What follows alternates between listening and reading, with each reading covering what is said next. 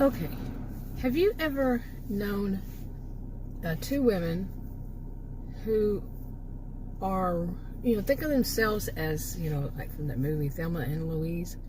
That didn't end so great, but some women take pride in thinking of themselves as the two women, Thelma and Louise.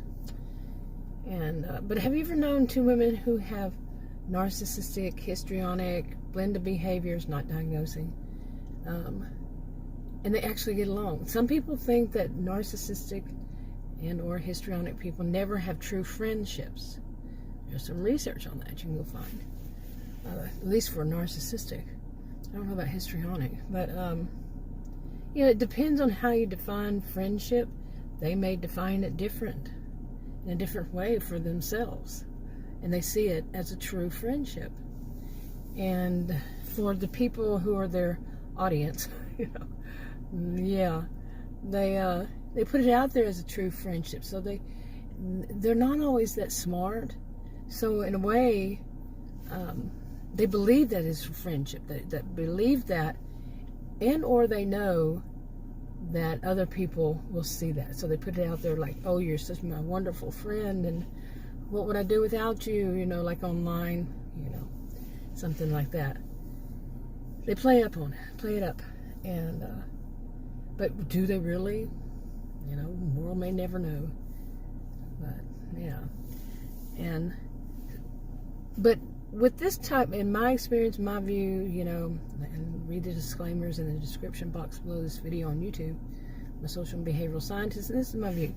What I have seen is that, yes, they can have what appears to be a really good friendship, let's say on up 50s and up, and they've been friends for many years, but there's always going to be a top dog out of the two of them. Let's say two of them, there's a top dog. The other one plays, lets the top dog be the top dog because they benefit. And that's what my view, what I've seen, their relationship is about, is that they benefit off of one another, but because they basically run scams on other people and they help one another out.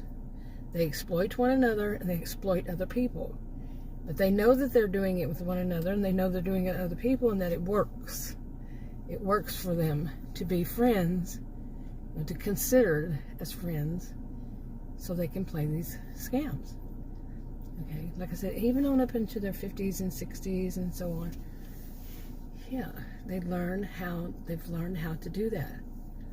And they may have been childhood friends, and they've learned how to do that. Okay, now the reason I'm bringing this one up is I have a video that's going to go public. I have it scheduled for tonight. So, and one of the women, her name is Cassie.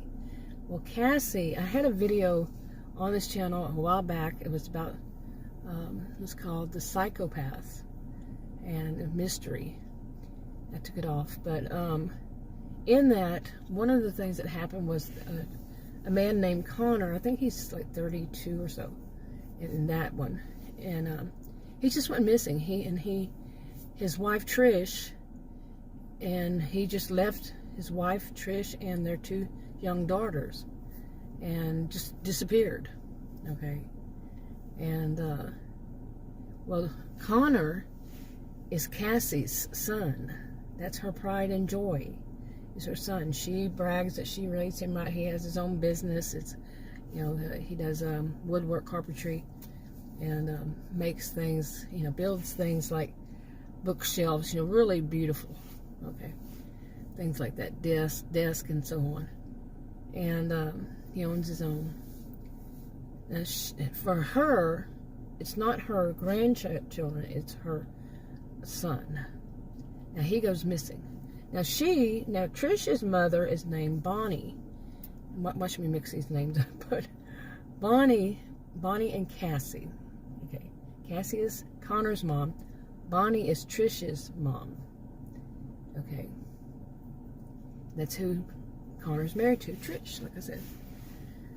And when this happened, Bonnie, her pride and joy is that she's such a great grandma, okay, grandmother. What do you call your grandmother? Mine was always grandma. I didn't know the other one. She died when My dad was 14, so anyway, but she prides herself on being a great, not a great grandmother, but a wonderful grandmother. You know, great grandmother is something else, but yeah. So she prides herself on that. So when that happened, she left the big city, went to the town that Trish is living in, and she was, you know, she was determined she was going to come in there and let everybody know how great of a grandmother she is. Okay, and that was her thing. So she went there and showed off the people back in the big city where she lived, what she does, and all the people there. So Cassie and Bonnie are friends, and they have been friends for many years, since they were young. They were very young, and they are the ones who consider themselves, you know, like Thelma and Louise. And now, some people would say, you know, because Bonnie considers herself such a wonderful grandmother, that this is a good thing. Remember, these are narcissistic, histrionic women. Their behaviors are. And then, you know, Cassie, I keep saying Connie, don't I? Cassie prides herself on her son. But the thing about it is, to her, now, she would say, you know, where's my son? He disappeared. But it's really that she lost her pride and joy, not saying she lost her son. Okay. So, that's why I'm bringing it up, is because, you know, the characters that I'm doing. Now, this Bonnie, she is on a different channel, and, you know, videos about her and that whole set there. It's called basically Family Affairs, and that has a double meaning. And so I don't know if I'm going to move those videos over or what, but I wanted to get some of this. The one thing I don't like about, you know, these are rough drafts, rough draft recordings. They're very rough, and but it helps me to organize it and see, you know, some things just change all of a sudden because it didn't work, and you know, once I got it on record, you know, recording. Anyway, but I know people like this. Now, I didn't make them, these two characters, this way exactly, you know. It's more, they were already there. I've already developed some of the character, but then I decided, okay, this is what I'm going to do it on now. You see, does that make sense? Same thing, same characters. I've had them for a year or two, you know, but add a new twist is what I should say. It's a new twist to it. But anyway, and in dysfunctional families, you know, when there is a mother, you know, when a mother is narcissistic, histrionic, they don't all do the same thing. Their behaviors, you know, I'm not, like I said, it's not a diagnosis, the personality disorders, it's the behaviors of. None of them really do the same thing. Nobody does the same exact as somebody else. But we get the gist of it. But, you know, that's not a healthy environment to grow up in as it is. So, and do they really have, like I just was explaining, those kinds of attachments to the ones they say, or is it all about their own ego? You know, what they can gain from it, and what they can exploit and gain from it. And that's how Cassie is, and so is Bonnie, in different ways. And, you know, but they sometimes work together. And they're always there to back one another up. They're always there to say, oh, no, she's a wonderful person, when neither one of them are wonderful people. They're narcissistic, histrionic, with a blend of behaviors. So anyway, I wanted to put that out there, you know, give some, like I was saying, this kind of thing, given the background, it's not my favorite thing at all. That's what, I didn't finish saying that, but it's not, because it's just like, each video is a different video, so I'm not going to start each video with a whole, I did that for a while, a whole background, or even a partial background. Yeah, that gets annoying, since I have maybe close to 200 characters. It's a big series. It has different storylines, though, and like I said, I have them on different different accounts, different channels. So over years now. Anyway, What else was okay? And another thing, Brett, he is a big part of all this, and I've had him on.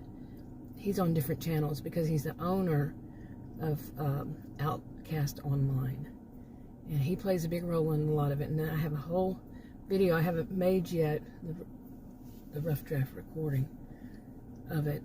It's written out, but yeah, about him and how he gets connected to Cassie. Okay. And there's that whole story with Willow and Travis and Grace's that turns into Meg's group and all that. Yeah. I don't know which one will go out first. So I'm going to kind of go back and forth between the story and then using those as examples of like narcissistic-histrionic behaviors and toxic people all around, just toxic. And then do just regular videos too. Now see, as soon as I say something like that, and this has happened to me repeatedly since I've been making videos for like over 7 years on my original channel. Yeah, I'll say I'm going to do something, and then I change it all up. So, usually something happens that distracts me from that, and then next when I finally get back to it, yeah, it's a mess. Anyway, I thought I'd come out here. I'm a little bit lightheaded, so I don't know if this is making sense. Who knows? I'll talk to you on another video.